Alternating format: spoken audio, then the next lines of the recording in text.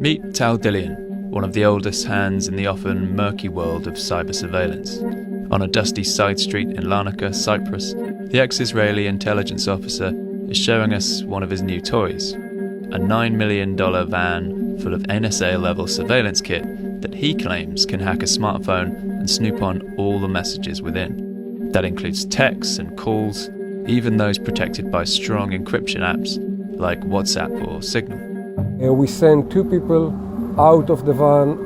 We will trace them. We will intercept them, we will infect them. By exploiting weaknesses in the Android device held by those colleagues, he's able to silently install a piece of software that can siphon off supposedly private WhatsApp messages.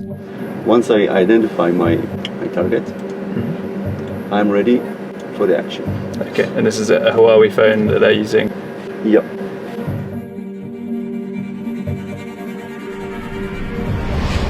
That's it.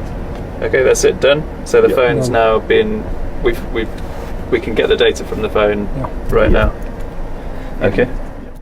Dillian claims it's possible to do this to any phone within a 500-meter radius, possibly further. That might sound impressive, but the industry that Dillian has come to represent has been mired in various controversies. NSO Group, an Israeli partner of Dillian's, was linked to surveillance of murdered journalist Jamal Khashoggi and a WhatsApp hack of a London-based human rights lawyer earlier this year. Circles, a location tracking surveillance company that Dillian co-founded and merged with NSO in 2014, was reportedly linked to sales in the UAE and Nigeria, where human rights records have been called into question.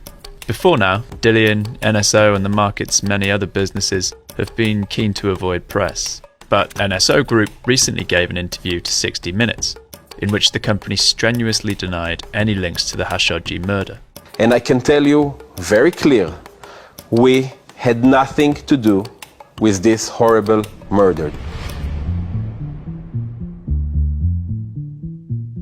Dillian, who's just launched a new business called Intellexa, gave Forbes unprecedented access to the innards of a spyware company across nearly 2 days in Larnaca.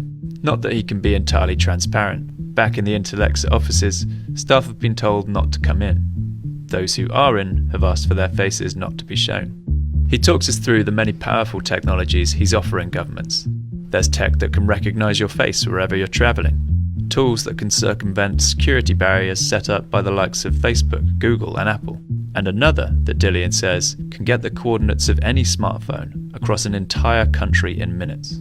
Actually, maybe you don't like to know it, but somebody knows exactly where you are all the time, because each of our devices just says, hey, I'm here every, I think, 15 minutes. Maybe I don't keep it, maybe I don't share it with others, but the knowledge is there. Dillian says the industry shouldn't have to hide. They're the good guys, stopping terrorists, drug cartels, and the worst of the worst by helping governments intercept their communications.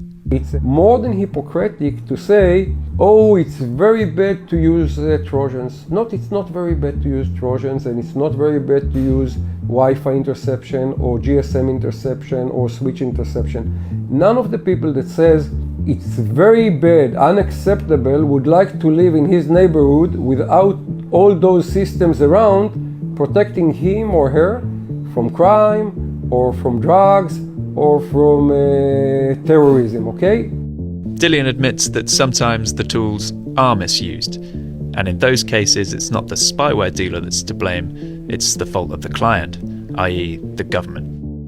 Nobody is looking for a bypass in order to sell to a country which is not legitimate to sell. Now the question is, who gives the legitimacy? It's either the EU or the US or specific countries which decide whether it's legal or not legal at that point, at that moment, to sell to that country. Whether a specific country in a specific situation is doing something that some of us, and in most cases all of us, thinks that it's a misuse, yes they do. Not very often. But we are not the policemen of the world and we are not the judges of the world. Privacy activists, though, disagree. They say people like Dillian should be doing a lot more to prevent misuse of their potentially dangerous software. Every single company has a responsibility to protect human rights, no matter where they are in the world and no matter what line of business they're in. Globally, export control laws certainly need to be updated, but that doesn't mean that until they are, that companies just have free rein to export to and facilitate whatever kind of abuses they are interested in. After our visit, here's what Dillian had to say about reported contracts with Nigeria and the UAE.